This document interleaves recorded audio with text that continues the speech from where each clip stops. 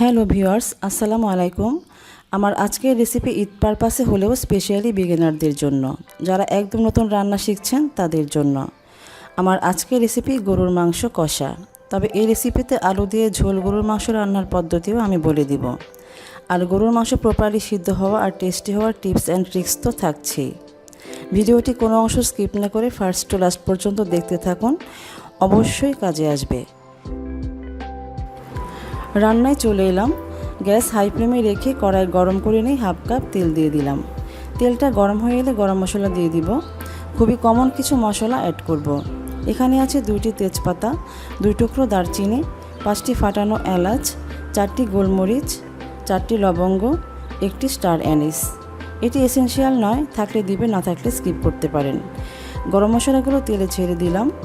তেজপাতা ছেড়ে দিয়ে দিচ্ছি, তাহলে ফ্লেভারটা ভালো পাওয়া যায়। এখন চুলার আঁচ মিডিয়াম করে দিয়েছি।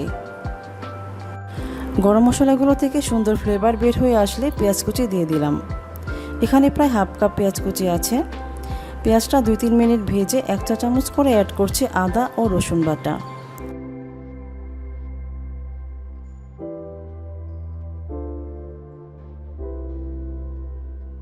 দুই টেবিল চামচ পেঁয়াজ বাটা। এগুলোকে 2-3 মিনিট ভেজে নেব, কাঁচা গন্ধটা দূর হওয়া পর্যন্ত।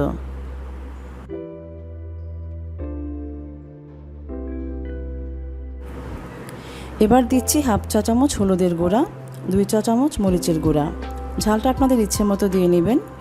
ধনিয়ার গুঁড়া দিলাম 1 চা চামচ। এবার সব কিছুকে তেলের মধ্যে একটু ভেজে নিচ্ছি। সামান্য পানি দিয়ে মশলাগুলো কষিয়ে নিব।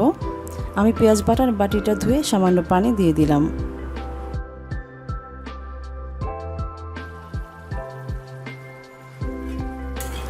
দুই থেকে 3 মিনিট নেড়ে মশলা কষিয়ে নিচ্ছি।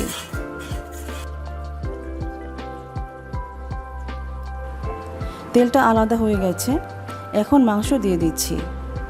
এখানে হাড় চর্বি সহ 1 কেজি গরুর মাংস নিয়েছি।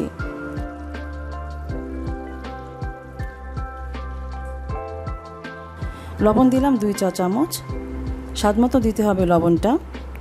মশলার সাথে মাংস খুব ভালো করে নেড়ে মিশিয়ে নিচ্ছি। এই নেড়ে মিশানোটা খুব ভালো হলেই টেস্টটা ভালো আসে। আর আমি 1 কেজি মাংসে যে পরিমাণ মশলা অ্যাড করলাম তা একদম পারফেক্ট। আপনারা এই মেজারমেন্ট ফলো করে রান্না করলেই তা বুঝতে পারবেন। ঢেকে দিলাম। এখন মিডিয়াম আঁচেই কুক করব মাংস থেকে তেল ছেড়ে দেওয়া পর্যন্ত। এর মধ্যে অফ ক্যামেরায় 2-1 বার নেড়ে দিয়েছি। তেলটা ছেড়ে দিয়েছে।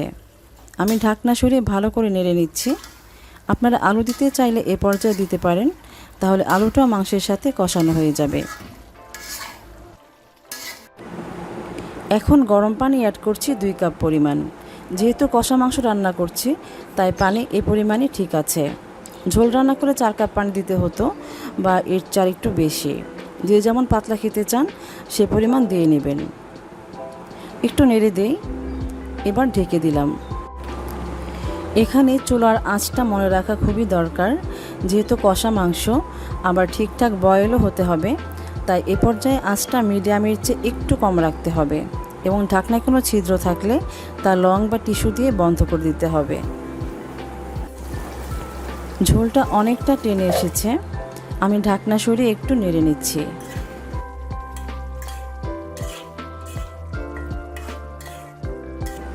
এখন অ্যাড করছি 1/4 চা চামচ গরম মশলার গুঁড়া ও হাফ চা চামচ ভাজা জিরা গুঁড়া, যা মাংসে এক অভাবনীয় স্বাদ যোগ করবে। এবার ভালো করে মিশিয়ে নেই। আবার ঢেকে দিলাম। আর মাত্র 5 মিনিট কুক করব। 5 মিনিট পর ঢাকনা সরিয়ে আবার একটু নেড়ে দিলাম।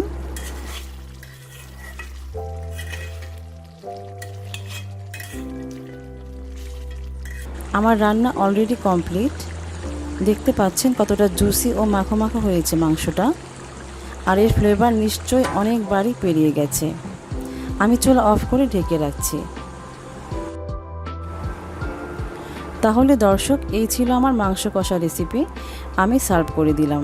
আর কতটা পারফেক্টলি সিদ্ধ হয়েছে সেটিও দেখাচ্ছি। একটি কথা মনে রাখবেন, সবসময় রান্না শেষে লবণটা চেক করবেন, প্রয়োজনে অ্যাড করে দিবেন এবং আরও 2-1 মিনিট কুক করবেন, কারণ লবণ কম হলে আসল টেস্ট কখনোই পাওয়া যাবে না। তো আপনারা যারা রান্নায় নতুন হাতে খড়ি নিচ্ছেন, আশা করছি আমার এই রেসিপি আপনাদের জন্য অনেক সহায়ক হবে। রেসিপি ভালো লেগে থাকলে আমার চ্যানেলকে সাবস্ক্রাইব করতে পারেন, সাথে লাইক, কমেন্ট ও শেয়ার। আর আপডেট ভিডিও পেতে বেল আইকনটি প্রেস করতে একদম ভুলে যাবেন না। প্রত্যেকে যার যার জায়গায় অনেক ভালো থাকুন এই কামনাই করি। আল্লাহ হাফেজ।